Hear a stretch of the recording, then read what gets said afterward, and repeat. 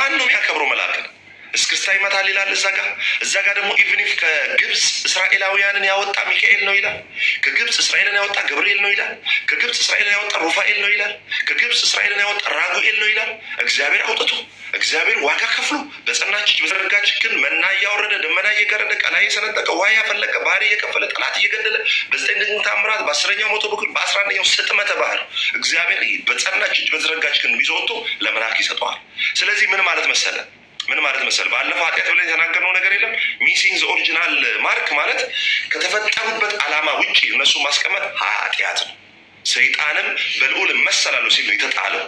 በልዑል እመሰላለሁ ብሎ ከሰይጣን አይደል የመጣው ያ ነገር። እኔ መልአክ ብቻ አይደለሁም በልዑል እመሰላለሁ ብሎ ዙፋኑ እንደተመኘ መላእክቱ አሁን ሳይመኙ ኦርቶዶክስ ግን ምን ያደርጋሉ? ኦርቶዶክስ አባቶችና ሊቃውንት ምን ያደርጋሉ? ለመላእክቱ ቦታ በመስጠት ራሳቸውን ካሉበት ስፍራ ያነሳሉ። ስለዚህ መላእክት ዘያር ስፒሪት ወንድ ነው ሴት ነው አንላቸውም፣ አናውቃቸውም። ይሄንን አምጥቶ መላእክት እስክስታ ይመታሉ ማለት ለንግግር እንኳን የማይመችም። they are busy ያንተን ዝማሬ ለመውሰድ እንኳን ጊዜ የላቸው። ለምን 24 ሰዓት እዛ ነው የሚያመልኩ። በየትኛው ሰዓት ያንተን ዝማሬ ይወስዳል? በ19 መጥቶ አይወስድም፣ አያውቅልህም። በ21 መታ ማርያም አትወስድም፣ አታውቅልህም። በ12 ሚካኤል ቢዚ ነው ብራዘር። ከ1 እስከ 30 በጣም ቢዚ ናቸው። አሁን መንፈስ ቅዱስ ወርዷል ዓለም ላይ መንፈስ ቅዱስ ወርዷል። መንፈስ ቅዱስ ነው አሁን ትውልድን ቤተክርስቲያንን የሚመራው የሚያስተምረው የሚረዳው። በፊት ለአንድ ሰው አንድ መልአክ ይላክ ነበር። ለምን? መንፈስ ቅዱስ በሰዎቹ ለዘላለም ስለማይኖር። አሁን መንፈስ ቅዱስ በእኛ ዘንድና በእኛ ውስጥ ኖሯል። ከድካማችን የሚራራልን ማን ነው? መንፈስ ቅዱስ። ብራዘር መልአክ አንብሊፍን አያውቅም ብያለሁ ባለፈው። አንብሊፍን ዘካርያስ እንዴት ይሆናል ሲል ወደ ዲዳ ነው ያደረገው። አለማመን ምን እንደሆነ አያውቅልህም ሚካኤል። ምንድን ነው አለማመን? እንዴት አያምንም? ኢየሱስ አሁን እንዴት ይሆናል? እግዚአብሔር ይኸውልህ ዲፍረንስ ቢትዊን ጋድ ሪቨሌሽን እና ኤንጅል ሪቨሌሽን ተመልከት። እንዴት ይሆንልኛል ብሎ ዘካርያስ ልጅ ትወልዳለህ መካ ልጅ ትወልዳለህ በዚህ ነው ሲለው እንዴት ይሆናል? አፉን ዲዳ አደረገው መልአኩ።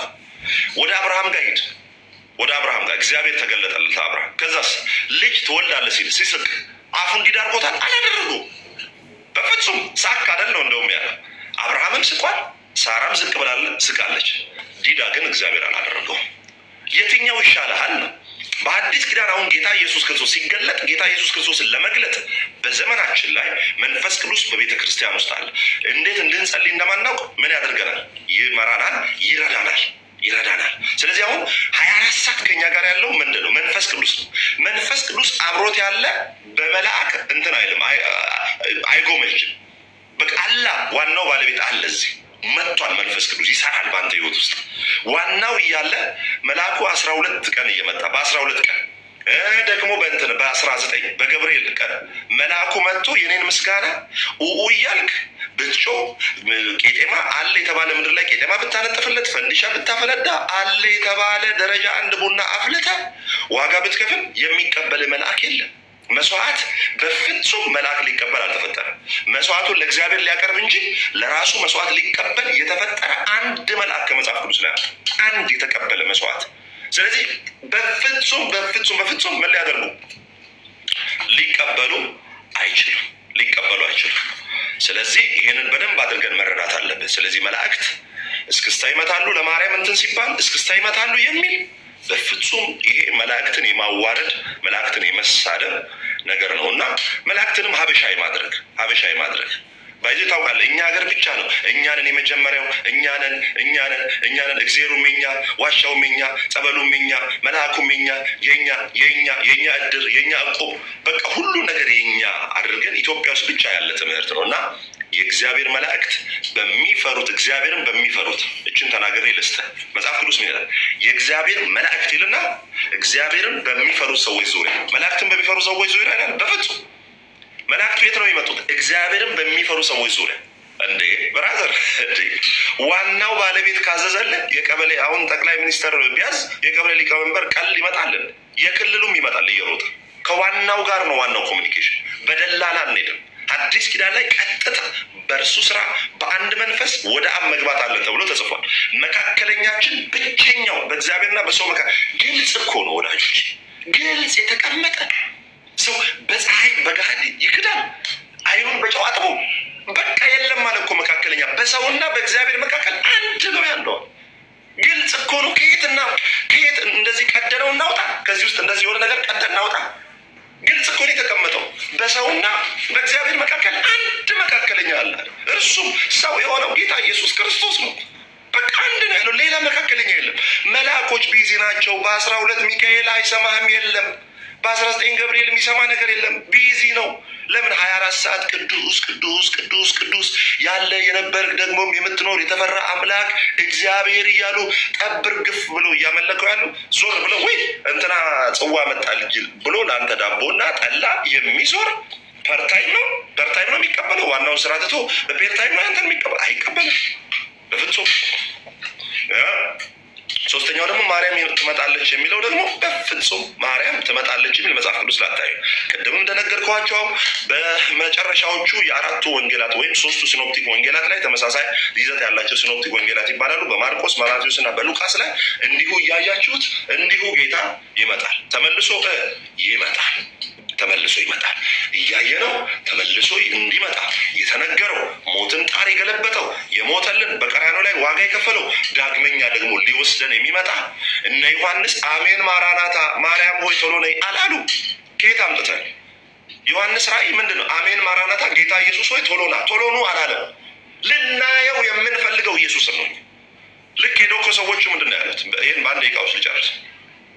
ልክ ሄዱና ለፊልጶስ ምን አሉ? ኢየሱስን ልናይ እንወዳለን። እኛም ዛሬ ልናይ የምንወደው ማለት ነው ኢየሱስን ልናይ እንወዳለን። ከጸባኦት ከአርያም የሚመጣ መጽናናታችን ኢየሱስ ብቻ። እርሱ ነው የሞተልን፣ እርሱ ነው። የት እናውቃለን? መጽሐፍት ሁሉ ስለ እሱ ነው የሚናገሩት። እኛም የምንሰብከው ስለ ኢየሱስ ብቻ ነው። ጴንጤዎች ኢየሱስ ብላችሁ ልትሞቱ ነው። ለምን? መጽሐፍት ሁሉ ስለ ኢየሱስ ብቻ ነው የሚናገሩ፣ እኛም ስለ ኢየሱስ ብቻ። እነሱ ኢየሱስን ልናይ እንወዳለን አሉ። እኛም አሜን ማራናታ ጌታ ኢየሱስ ሆይ ቶሎ ና፣ አሳራፊያችን፣ የሞትክልን፣ ዋጋ የከፈልክልን፣ በቀራንዮ አደባባይ የቆሰልክልን፣ የሞትክልን፣ ወገብ የተወጋል ኢየሱሳችን፣ አንበሳችን፣ የናዝሬቱ ኢየሱስ፣ የሞታችንን ጣር የገለበጥ ስስታችን፣ የቀን ህልማችን፣ የሌሊት ህልማችን፣ የቀን ሀሳባችን፣ እርካታችን፣ ምግባችን፣ መጠጣችን፣ ሞገሳችን፣ ዘውዳችን፣ ክብራችን፣ መለያችን፣ መጠጣችን፣ ሁሉ ነገራችን ኢየሱስ፣ የዘላለም ህይወታችን፣ የዕለትን እንጀራችን ኢየሱስ ሆይ ዳግመኛ ና። ከዚህ ዓለም የሚያድነን ነፃ የሚያወጣን ዳግመኛ ሊወስደን የሚመጣው ኢየሱስ ብቻ ነው። የምትመጣ ማርያም ሳትሆን የሚመጣ ማርያም አለ። አብረው ድንገት ኢየሱስ ሲመጣ በመላእክት አጀብ ሲታጀቡ አብረው ይመጡ ይሆናል። ዋናው ኢየሱስ ብቻ ግን ብቻውን ይመጣል። ይሄ ነው ዮኒ። ተባረክልኝ። የሆነ ጥያቄ ነበር እኔ የምመልሳት ናት። አንተ ጋር ራሱ አላደርሳትም። ይችን ለእኛ ተውልን። አንድ ጥያቄ ከስር ተጽፎ አይቼዋለሁ። ምንድነው? ለማርያምስ ብለህ ያልከው ልጅ አለ ጽፋል፣ አይቻለሁ። ዩር ማ ብራዘር ስምንም ሜንሽን አድርጌ ያዙ ይለቀቁኝ አይደለም። ዩር ማ ብራዘር ኦልዌይስ። ምንድን ያልከው? ለማርያምስ ሲሆን አልክ። ለምኑ ጊዜ መልአኩ መጥቶ ኢሳያስን ዱዳ ሲያደርገው ላለው ንግግር ነው። እኔ ልመልስ ለዚህ ኢሳያስ ኢሳያስ አልኩኝ፣ ዘካርያስ ይቅርታ። ዘካርያስ ዱዳ የሆነበት ምክንያት እድሜ ልኮን ሲጸልይ ነበር። ከሙ ጋር ከባለቤቱ ጋር ሆነ ምን እንዲሰጥ? ልጅ እንዲሰጣቸው። መልአኩ መጥቶ ምንድን ነው ያለው? እነሆ ዘካርያስ ጸሎትህ ተሰምቶልሃል፣ እኔ የእግዚአብሔር መልአክ ነኝ፣ የጸለይከው ጸሎት ተመልሶልሃል። ሚስትህም በሸመገለች ባረጀች ጊዜ ታረግዛለች፣ ልጅም ትወልዳለች፣ ስሙንም ዮሐንስ ትለዋለች። ተግባባል? ናው ጸሎት ጸልዮ መልአኩ መጥቶ ከእግዚአብሔር ተነግሮታል። ይህንን ላለው ሲመልስ ዘጋው። የቅድስት ድንግል ማርያም የምታውቀው ታሪክ የለም። መመረጧን አታውቅ፣ ምን መሆኗን አታውቅ፣ እንደምታረግዝ አታውቅ፣ ምንቱን የምታውቀው ታሪክ የለም። ወንድ አታውቅ። መጣ። እኔ እኮ ወንድ አላውቅም እንዴት ይሆንልኛል አለችው። ደሴ አታውቅም። የማታውቀውን ስለሆነ መልአኩ ምንድን ያላት? የእግዚአብሔር ኃይል ያድርብሻል፣ ይጸልልብሻልም ነው የሚላት። መንፈስ ቅዱስ ይጸልልብሻል፣ ከአንቺ የሚወለደው የእግዚአብሔር ልጅ ነው የሚለው። ከአንቺ የሚወለደው የምታውቀው ታሪክ የለም። ቅድስት ድንግል ማርያም አታውቅም። ስለዚህ ስለማታውቅ ስላወቀ መልአኩ ለዚህ ነው የነገራት። የማታውቀውን ነገር ነው ስጦታ ይዞላት የመጣው፣ ጸጋ ይዞላት የመጣው፣ በረከት ይዞላት የመጣው፣ ክብር ይዞላት የመጣው ተልኮ የማታውቀውን ዘካርያስ ያውቃል። ጸልዋል፣ ሚስቱም ጸልያለች። ጸሎት ተሰምቷል ተብሎ እመቤታችን አልጸለየችም። ምንም እንዲሁ ነው የሰጣት። እንዲሁ ስጦታውን ሰጣት። ስጦታ ማለት በነፃ የሚሰጥ እንደሆነ እንድታውቁ። እችን በጣም እየመጣን ነው አባቴ፣ ከብዳችኋለሁ። ትንሽ ሳጠና ደግሞ ታያለ ወደፊት ፓወርፉል የሆነ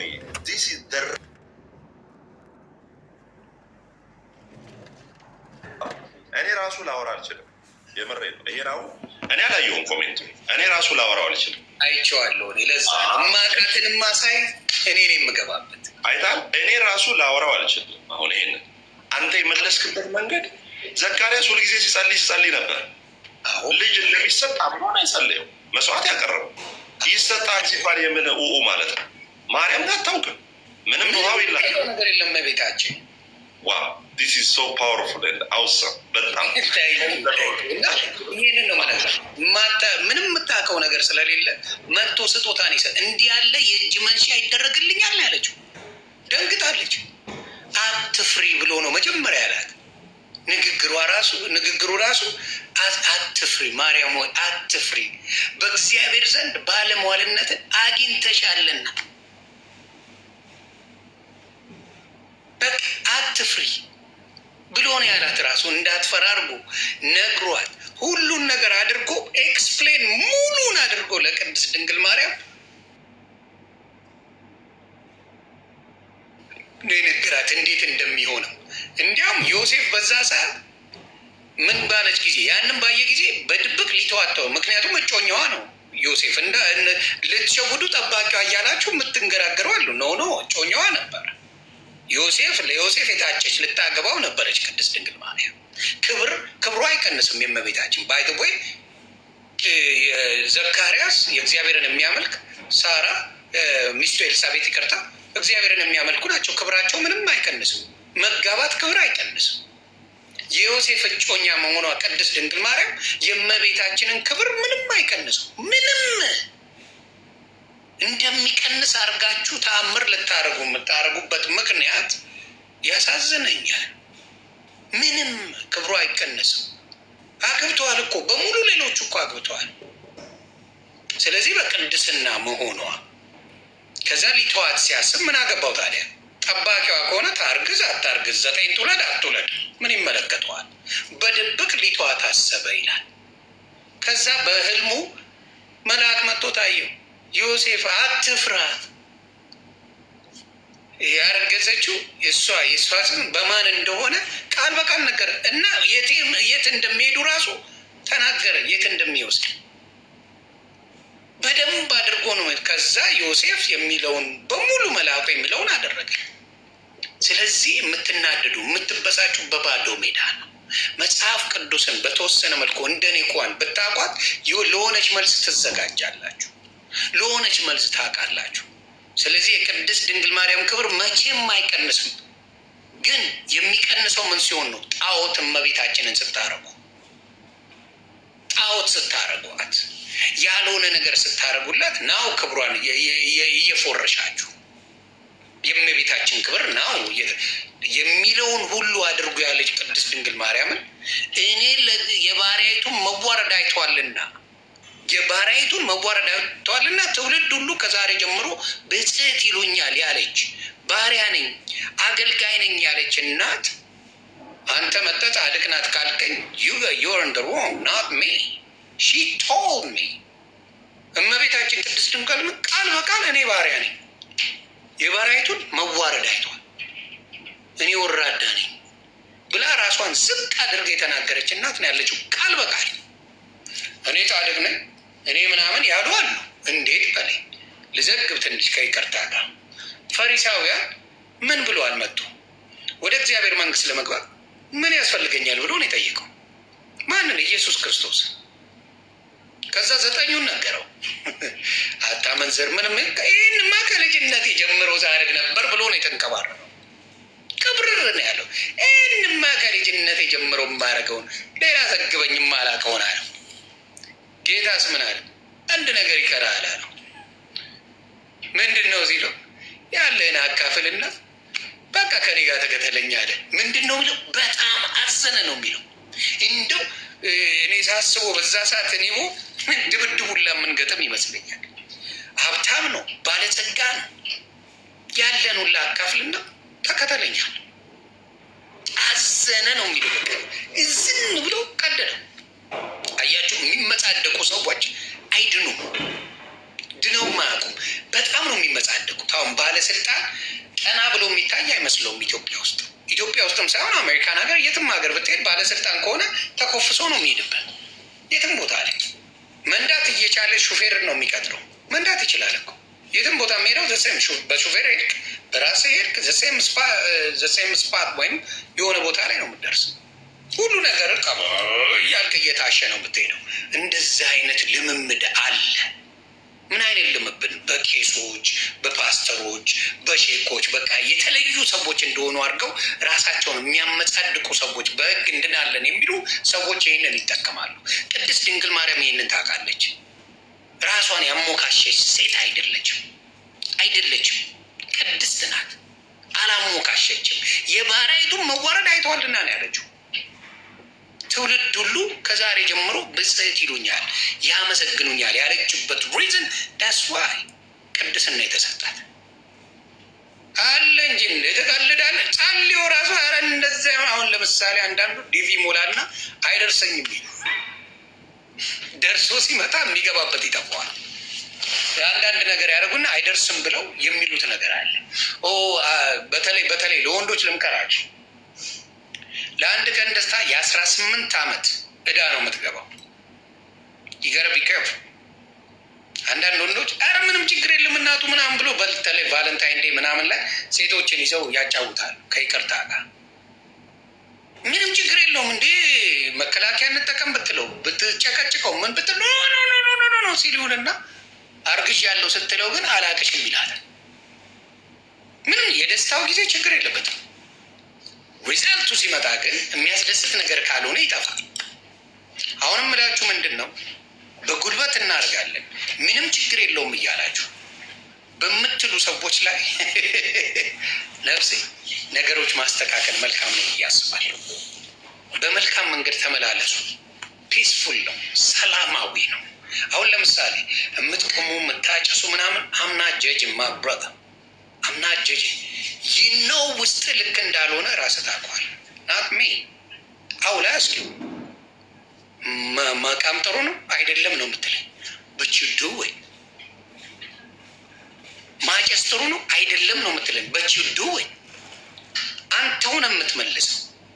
አንተው እየተመለስክ ምን ታደርጋለህ?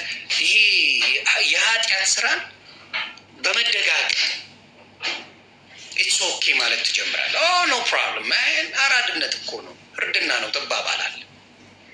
በቅድስና መመላለሱን ትተዋለህ፣ መሸሽ ትጀምራለህ። እንደዛ የሚያወሩ ሰዎች ሲመጡ ትሸሻቸዋለህ። ናው ከእግዚአብሔር መንፈስ ትወጣለህ። በራስ ጊዜ ራስህ ሰውነት ውስጥ በከተትከው ነገር ነው ከእግዚአብሔር የምትሸሸው። ብዙ ጊዜ ምናዊ ኃጢአት ልምምድ፣ ኃጢአት ፕራክቲስ ካረከው ገደል ይከታል። ቅድስናን ፕራክቲስ ካረከው ወደ እግዚአብሔር ትቀርባለህ። ወደ እግዚአብሔር ቅድስናን መለማመድ በምን ምክንያት? በማንበብ ያነበብክ ጊዜ ቅድስናው እየባረከ በጸሎት አሁን ልክ ሲዘን ሲመጣ መጥተው የሚጾሙ ወንድሞች አሉ። አትጾሙ እያልኳቸው አይደለም፣ መልካም ነገር ነው። እግዚአብሔርን ማሰብ፣ ጾም፣ ጸሎት፣ ስግደት ለእግዚአብሔር ይገባዋል። ግን አዋጅ አውጅ የምትጾም ከሆነ ስትጾሙ እንደ ግብዞች አትሁኑ ይላል መጽሐፍ ቅዱስ ነው የሚለው። ለእኔ ጾም አዋጅ መነገር የለም። ድፍት ብዬ ከጌታዬ ጋር ነው የምነጋገረው። ኖር ባዎችው አዋጅ አውጀ ግን በዚህ ጊዜ እንጾማለን ካልክ ከመጾመ በፊት የምታደርጋቸው ነገሮች አሉ። የኃጢአት ልምምዶች አሉ። ምን አይነት ልምምድ? ቤርጎ ዝግ ነው። ማብራቶ ዊኖ ይቸታል። ስጋ ቤት በሙሉ ዝግ ነው። ቅምቀማ ቤት ዝግ ነው። ይጨሳል፣ ይቃማል፣ ይጠጣል። ምን ይባላል? እየዋሻው ነው። ልምምድ ታደርጋለህ። ምን የግብዞች